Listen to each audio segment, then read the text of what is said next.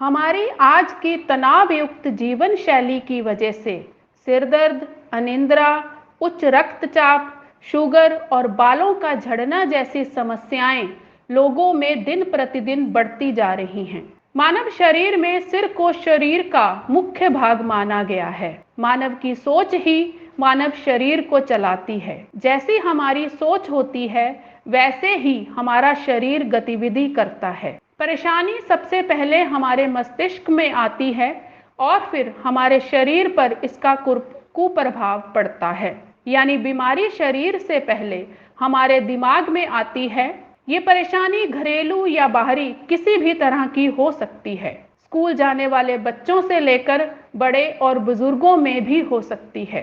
धीरे धीरे ये परेशानियां हमारे दिमाग पर हावी होने लगती हैं, जिनकी वजह से हम सिर दर्द, अनिद्रा, एंजाइटी, डिप्रेशन का शिकार होते हैं। और यही परेशानियां कुछ लोगों में डायबिटीज, बीपी और दिल से जुड़ी बीमारियों को जन्म देती हैं।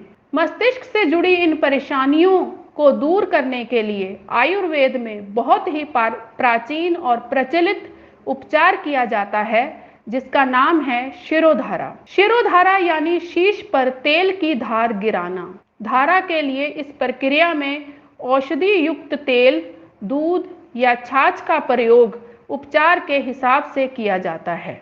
शिरोधारा के लाभ: स्वस्थ जीवन जीने के लिए शारीरिक और मानसिक रूप दोनों से स्वस्थ होना जरूरी है। शिरोधारा इसमें संतुलन बनाने में लाभदायक सिद्ध होती है। जैसे अच्छी नींद में सुधार होता है, दिमागी तनाव दूर होता है। अच्छी नींद और तनाव कम होने से सिर के बाल झड़ने की समस्या दूर होती है। शरीर के मसल्स को आराम मिलता है, थकान दूर होती है। शरीर में वात और पित्त प्रकृति का संतुलन बना रहता है। ध्यान शक्ति बढ़ती है। बीपी और शुगर के रोगियों को ठीक करने में मदद मिलती है।